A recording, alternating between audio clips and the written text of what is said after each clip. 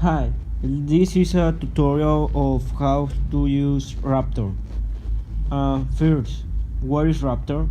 Raptor is a flowchart-based programming environment designed specifically to help students visualize their algorithms and avoid syntactic baggage.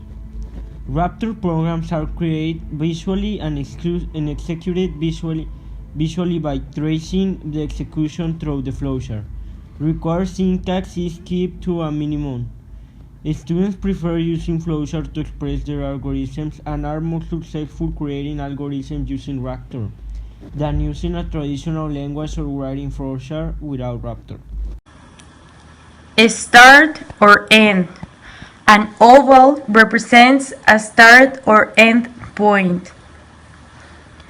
Arrows. A line is a connector that shows relationships between the representative shapes. Input or output. A parallelogram represents input or output. Process. A rectangle represents a process. Decision. A diamond indicates a decision. Print document indicates data that can be read by people, such as print output. Connector indicates that the flow continues where a matching symbol containing the same letter has been placed.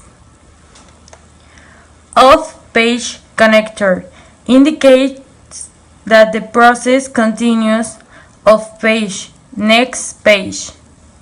Display indicates data that is displayed for people to read, such as data on a monitor or projector screen. Hi, now let's start with our flowchart.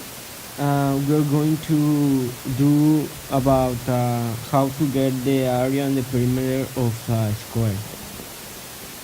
Let's start with putting how long is the square size. How long are the square sides? Between quotation marks, that is important. And in the variable, let's put SQ. Then let's put another input. And in this one, between quotation marks, let's put what do you want to calculate, and then press 1 for area or press 2 for perimeter. And in the variable we are going to put AP.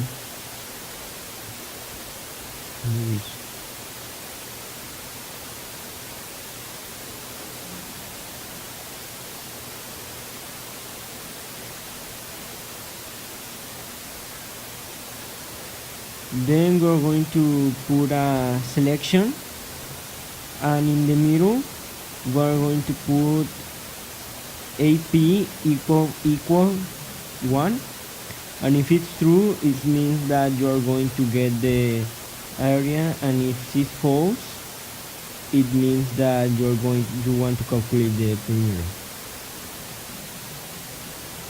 Now you put ESQ. You are going to use the value of ESQ plus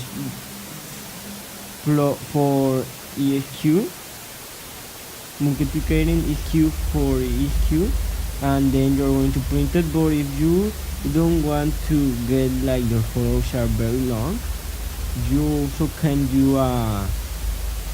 put a code. Let me teach you how. First, you are going to delete this, and then you put the bottom count in each size of the flowchart, and the first one you're going to call area, and there you go to open another page, and there you can do the operation so your flowchart continues there and don't make a lot of long. And now you do the same as we do before. Inspiration. and then we put the output.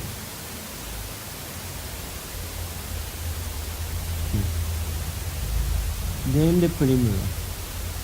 In the perimeter we are going to, well, it's easy to get the perimeter of a square. You only need to do is to put EQ. Remember, instead you need to put the name of the variable you want to change and into the operation. It's because if you do it in the opposite way, it won't function. And then you put the output here and put FQ.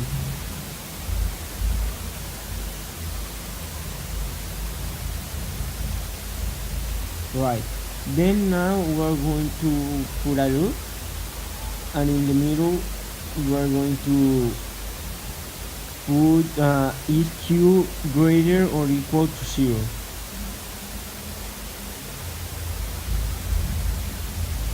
As you can do, you need to put an equal, you can put 2 greater, or you need to put greater or equal to 0. And why we are going to put this? Because you can get a negative number, because that is impossible to when you get the area of a perimeter. And let's prove it. First we put a 2 and let's calculate the area, and you can see that it's appearing in the corner of 4, so it's true. Then let's get 37, more difficult, and let's get the area again, and in the left side appears the answer.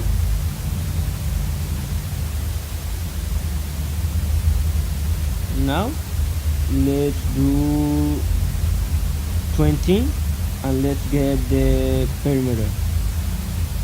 As you can see now it's okay, and there are the wrong completes and evaluate, as you can see. Now let's do another 20, but now in the area. You can see 400, and there is the result. So our flowchart is fine and correct. I expect you to like this tutorial.